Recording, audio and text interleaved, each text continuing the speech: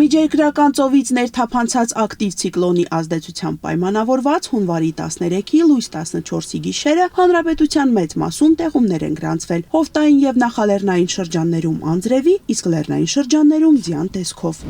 Ինչ ենք սպասում առաջիկա 5 օրերին։ Տեղումները հունվարի 14-ից ցերեկը 15-ին կպահպանվեն հանրապետության առանձին շրջաններում, այդ թվում նաեւ Սյունիքում, 16-ին, 17-ի գիշերը սպասվում է առանց տեղումների եղանակ։ 17-ին կեսօրից հետո հանրապետության տարածքը կրկին կգտնվի ցիկլոնի ազդեցության գոտում, ինչով պայմանավորված 17-ին կեսօրից հետո 18-ից 19-ին հանրապետության շրջանների զգալի մասում սպասվում է ձյուն։ Հունվարի 14-ի դրությամբ կայուն ձյունածածկույթ է ձևավորվել ողջ հանրապետությունում, բացառությամբ հովտային շրջանների։ Սյունիքի նախալեռներում ձյան բարձրությունը կազմում է 5-ից 8 սանտիմետր, իսկ լեռնային շրջաններում 40-ից 45։ Սյունիքում տեղումների քանակը կազմում է բազմամյա նորմայի 50-ից 100%, իսկ օդի ջերմաստիճանը բարձր է նորմայից 2-ից 3 աստիճանով։ Հատկանշական է վերջին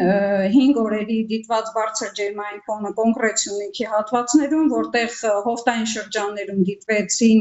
15-ից 20 աստիճան տաքություն ցերեկային ժամերին, իսկ Սյունիքի նախալեռնային շրջաններում մոտ 10-ից 15 աստիճան տաքություն,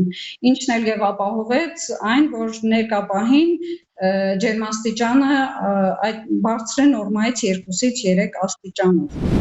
Մասնագետի խոսքով 2025-ի հունվարը Սյունիքում հատկանշական էր տեղումների սակավությամբ բազմամյա նորմայի 1-ից 6%-ի չափով, իսկ 2026-ի հունվարի 14-ի դրությամբ այստեղ տեղումների քանակը արդեն իսկ 100% է։ Եթե մոտավորապես վերլուծենք միջին տեղումների քանակությունը, տարիներ առաջ այն մեր տարածաշրջանում հասնում էր 450-ից 470 մմ տարեկան, հիմա գրեթե 50%-ով կրճատվել է եւ 230-ից 260 մմ սահմաններում է կազմում։ Նույնն էլ ջերմաստիճանն է բարձրացել։ 10 տարվա կտրվածքով գրեթե 2 աստիճան Ցելսիուսով ջերմաստիճանը բարձրացել, այսինքն վերջի 30 տարվա ընթացքում 6 աստիճան Ցելսիուսով ջերմաստիճանի միջին բարձրացում է գնացել մեր տարածքում։ Ցուցանիշի փոփոխությունը չի կարող չանդրադառնալ բերքատվության վրա։ 2025-ի աշնանը կառավարության սուբսիդավորմամբ Սիսիան համայնքում ցանված 3500 հեկտար աշնանացան ցորենը սեզոնին ոչ համապատասխան անբարենպաստ եղանակային պայմանների պատճառով մեծ մասամբ չի ծլել։ Հիմա ձմեռվա ընթացքում եկած խոնավությունը եւ գարանային խոնավությունները էական փոփոխություն չեն կարող մտցնել աշնանցանի բերքատվության արդյունքում, քանի որ աշնանը չի թփակալել։